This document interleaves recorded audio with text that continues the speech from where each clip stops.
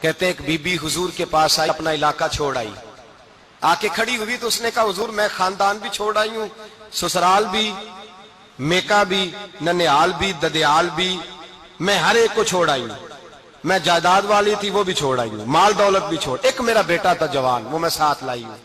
سونیا یہ آپ کی نوکری کرے گا اور میں حضرت فاطمہ کی ڈیوٹی کروں گی، میں حضرت عائشہ کے برتن دھویا کروں گی، میں بھی نوکری کروں گی، حاضر ہے۔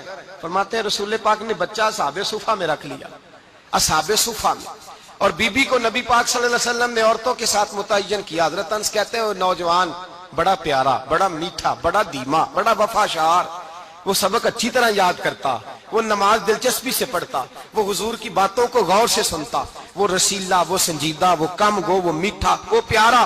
کہتے ہیں بڑی دلکشا طبیعت، اس کی مقناطیسی سی شخصیت، طبیعت کھنچی چلی جائے اس کی طرف، بڑا حسین و جمیل وہ نوجوان۔ اس ماں بیٹے کے تذکرے ہونے لگے کہ بڑی جائیدادیں چھوڑ کے آئے، بڑے مال والے، انہوں نے بڑی قربانی دی ہے، ہر رشتہ ناتا توڑ کے رب رسول سے یارانہ لگایا ہے، اللہ بڑا بے نیاز ہے۔ وہ بچہ بیمار ہو گیا، شدید علیل ہوا۔ حضرت انس بن مالک فرماتے ہیں ہم قریب جا کے بیٹھے تیمارداری کرنے تو اتنا علیل ہوا کہ اس کا وجود کانپنے لگا۔ کہتے ہیں کچھ ہی دیر گزری تو اس نے کلمہ پڑھا، روح پرواز کر گئی، روح پرواز کر گئی، سننا روح پرواز کر گئی۔ کہتے ہیں نبی پاک صلی اللہ علیہ وسلم کو بلایا، حضور آئے تو آنکھوں میں آنسو۔ نبی پاک صلی اللہ علیہ وسلم نے سر پہ ہاتھ پھیرا اور پہلے حضور نے جملے ارشاد فرمایا تم غسل دو، کفن دو، میں خود اس کا جنازہ پڑھاؤں گا۔ پھر حضور نے فرمایا نہیں، اسے غسل نہیں دینا، ارادہ بدل گیا ہے، پروگرام تبدیل ہو گیا، اسے غسل نہیں دینا، کفن نہیں دینا۔ حضور کیا کرے؟ فرمایا اس کی اماں کو جا کے بتاؤ۔ یہ نہیں فرمایا بلا کے لاؤ، اماں کو جا کے بتاؤ۔ حضرت انس کہتے ہیں میں نے کوئی نرالا سے رنگ دیکھا، کوئی منفرد سے انداز دیکھا، ہمیں بھیج دیا اماں کو بلاؤ، اور خود نبی پاک اس کمرے سے نکل گئے اور حضور کے آنسو بھی یکدم خشک ہو گئے، مزاج بدل گیا، پریشانی بدل، اماں کو بلاؤ اس کی۔ پتہ نہیں ارادہ ہے محبوب کیا ہے، ارادہ ہے خدا کیا ہے۔ کہتے اس کی اماں کو جا کے خبر دی تو ماں کو تو بس کوئی اتنا بتا دے کہ بیٹا سائیکل سے گر گیا ہے، سائیکل سے گر گیا ہے۔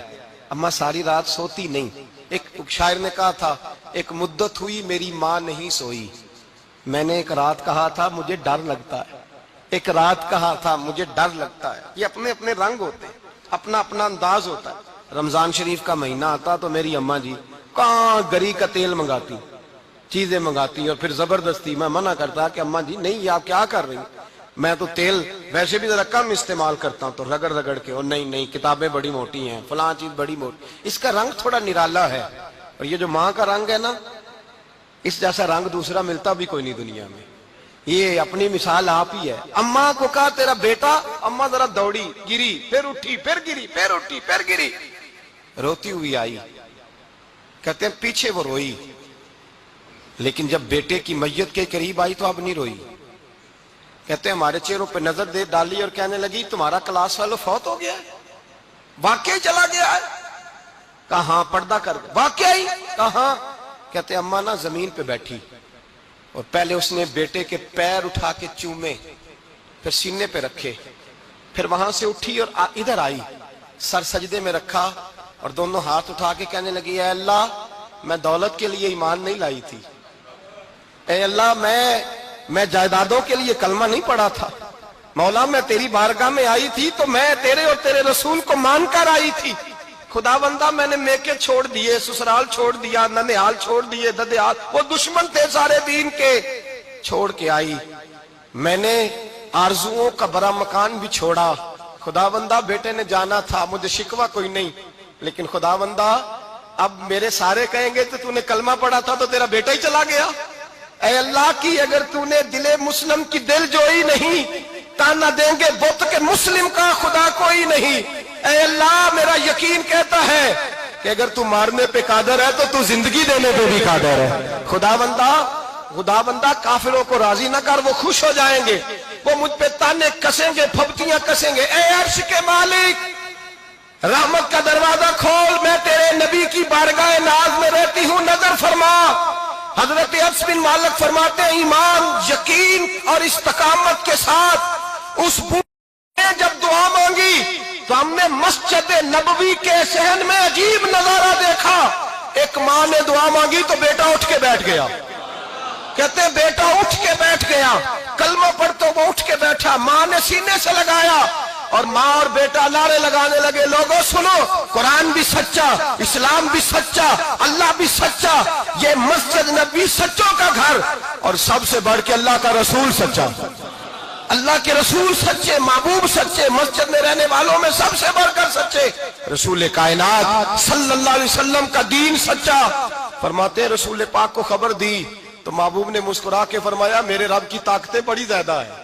ان اللہ علی کل شیء قدیر, اللہ کی طاقت بڑی ہے. ایمان تھا, یقین, استقامت. بچہ اٹھ کے بیٹھ گیا. حضرت انس کہتے ہیں وہ حضور کے زمانے میں بھی حیات رہا, وصال ظاہری کے بعد حضرت ابو بکر کے زمانے میں بھی موجود رہا, عمر کے زمانے میں بھی موجود, حضرت عثمان کے زمانے میں.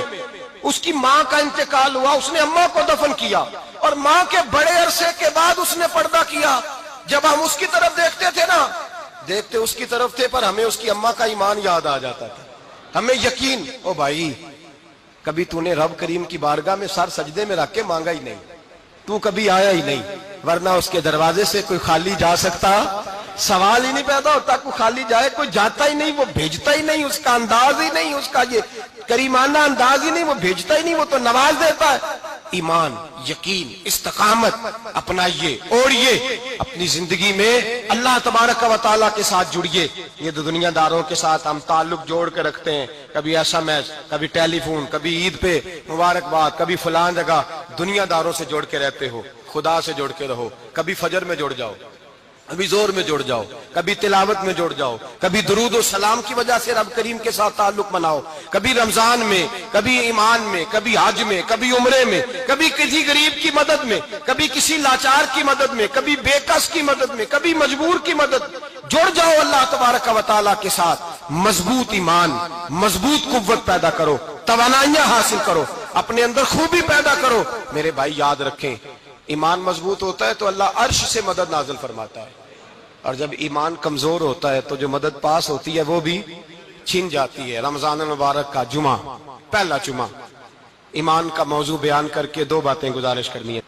ایک وعدہ کیا میرے نبی پاک نے, ذرا ایک تجربہ کریں تو صحیح, اس پر بھی ذرا تجربہ کریں. یہ 8 دن یہ نسخہ آزمائیں تو صحیح. رسول پاک نے فرمایا تو نماز پڑھ, تیرے نبی کا وعدہ ہے تیری روزی میں برکت ہو جائے گی.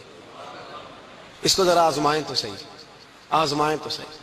حضور نے فرمایا من صامت نجات, جو چپ کر گیا وہ نجات پا گیا. ذرا کچھ دن, ایک ہفتہ زبان پہ پابندی تو لگائیں, بس خیر ہی بولیں. ذرا ایک ہفتہ اگلے جمعے تک ذرا دیکھیں تو صحیح, واقعی چپ کرنے سے سکون ملتا ہے. دیکھیں تو صحیح بھلا حضور کا یہ نسخہ آزمائیں تو صحیح. ایمان اور بھلا خاموش رہنے سے سکون ملتا ہے, طبیعت کو ڈھارس ہوتی ہے. اچھا